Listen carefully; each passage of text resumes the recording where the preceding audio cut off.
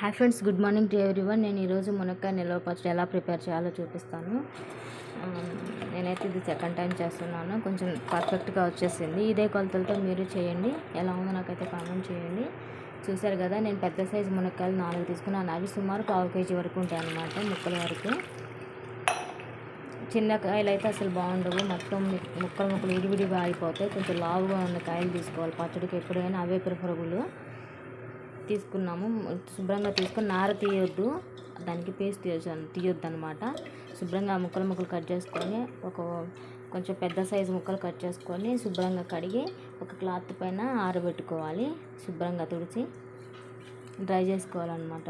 తడి లేకుండా శుభ్రంగా తుడుచుకోవాలి. నేను 1/2 kg మునక్కాయ ముక్కలు అనమాట. 1/2 kg మునక్కాయ ముక్కలకి ఒక 50 grams చింతపండు అయితే పడుతుంది. చూసారు కదా, ఒక 50 grams చింతపండు తీసుకొని శుభ్రంగా ఒకసారి వాష్ చేసుకోవాలి. 1 minute వాష్ చేసుకొని ఆ వాటర్ వంపేయాలి. నెక్స్ట్ బాయిల్ వాటర్ పోసి నానబెట్టుకోవాలన్నమాట. చూసారు కదా, నేను పక్కకి వాటర్ బాయిల్ చేసుకున్నాను. ఆ బాయిల్ వాటర్ అనేవి ఈ చింతపండులో పోసేసి నానబెట్టేస్తాను. అంటే తొందరగా నానుద్ది అన్నమాట. గుజ్జు కోసము, చింతపండు గుజ్జు కోసము హాట్ వాటర్ అయితే తొందరగా అయిపోతుంది. అలాగే అవి పక్కన పెట్టేసుకొని ఒక ప్యాన్ పెట్టుకొని దానిలో నేను మెంతులు 1 స్పూను,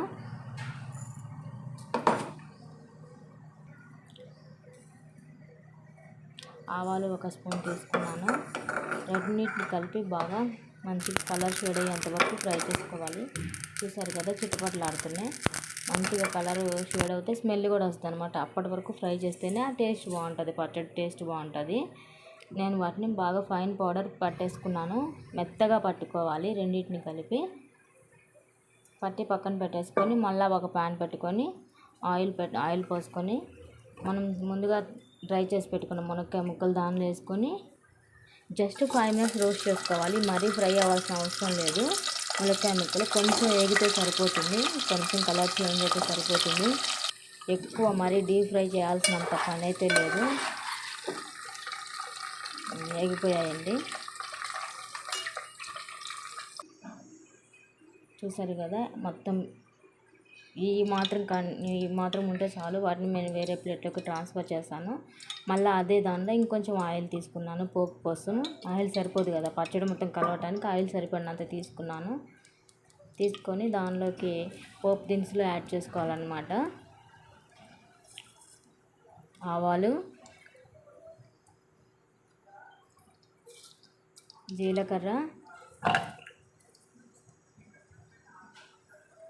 వెల్లుల్లిపాయలు పొట్టు తీసి పెట్టుకున్నాను. 10-15 వరకు వెల్లుల్లిపాయలు పొట్టు తీసిన వెల్లుల్లిపాయలు వేసాను.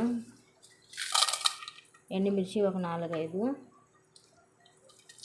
కరివేపాకు వేసుకొని బాగా ఫ్రై చేసుకోవాలి. బాగా వేగాలన్నమాట. తాలింపు అనేది బాగా వేగాలి. టేస్ట్ కూడా తాలింపు బట్టే ఉంటుంది. బాగా వేగిన తర్వాత కొంచెం మినపప్పు యాడ్ చేసాను.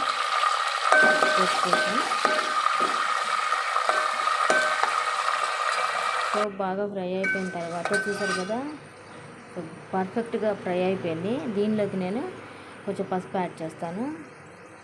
చూసారు కదా, పసుపు కొంచెం యాడ్ చేశాను. దీనిలో కొంచెం పసుపు యాడ్ చేశాను. పసుపు యాడ్ చేసుకొని పక్కన నేను గుజ్జు తీసి పెట్టాను అనమాట. చింతపండు పులుసు తీసి పెట్టాను. థిక్గా ఉండాలి కన్సిస్టెన్సీ. ఆ థిక్గా తీసుకొని నేను పోపులోకి యాడ్ చేశాను. ఇవి బాగా ఒక 5 minutes బాగా ఉడకాలండి. చింతపండు పులుసు బాగా ఉడకాలి, పచ్చివాసన తీయేంతవరకు బాగా ఉడకాలి. దాన్ని పక్కన పెట్టేసుకొని నేను ఒక బౌల్ తీసుకున్నాను. దానిలోకి ఫస్ట్ ఏదైతే గరిటెతో తీసుకున్నానో అదే గరిటెతో కొలతలు తీసుకుంటే సరిపోతుందండి. నేను ఈ గరిటెతో 2 గరిటెలు అయితే కారం తీసుకున్నాను. 2 గరిటెలు సాల్ట్ పడుతుంది. కావాలనుకుని కొంచెం తక్కువ యాడ్ చేసుకోవచ్చు. సరిపోకపోతే లాస్ట్లో ఉప్పు యాడ్ చేసుకోవచ్చు అండి. సాల్ట్ పర్వాలేదు. కారం ఎంత ఉంటే ఉప్పు అంత ఉండాలని ఏ పచ్చడికైనా అది గుర్తుపెట్టుకోండి. నిలవ పచ్చడికి ఖచ్చితంగా కారం ఎంత ఉంటే ఉప్పు సాల్ట్ కూడా అంతే ఈక్వల్గా ఉండాలి. దానిలోకి నేను ముందుగా పౌడర్ చేసి పెట్టుకున్నాను కదా, ఆవాలు, మెంతులు పౌడర్ చేసి పెట్టుకున్నాను. ఆ పౌడర్ కూడా దానిలో యాడ్ చేశాను. ముందుగా ఫ్రై చేసి పెట్టుకున్నట్టు ములక్కాయ ముక్కలు కూడా ఆ కారంలోకి మొత్తం ముక్కలు పట్టేలాగా మొత్తం మిక్స్ చేసుకోవాలి.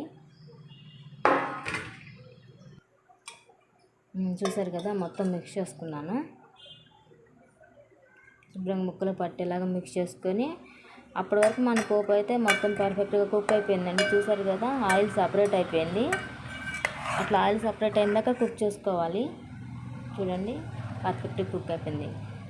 మంచి స్మెల్ కూడా వస్తుంది అనమాట. మొత్తం పులుసు మొత్తం దానిలోకి ముక్కల్లోకి యాడ్ చేసుకొని పచ్చడిలోకి యాడ్ చేసుకొని మొత్తం కలిపి పెట్టుకున్నానండి. చూసారు కదా, ఎంత టేస్ట్ ములక్కాయ పచ్చడి అయితే రెడీ అయిపోయిందండి. నాకైతే చాలా పర్ఫెక్ట్గా కుదిరింది. మీరు కామెంట్ చేయండి నాకు తయారు చేసి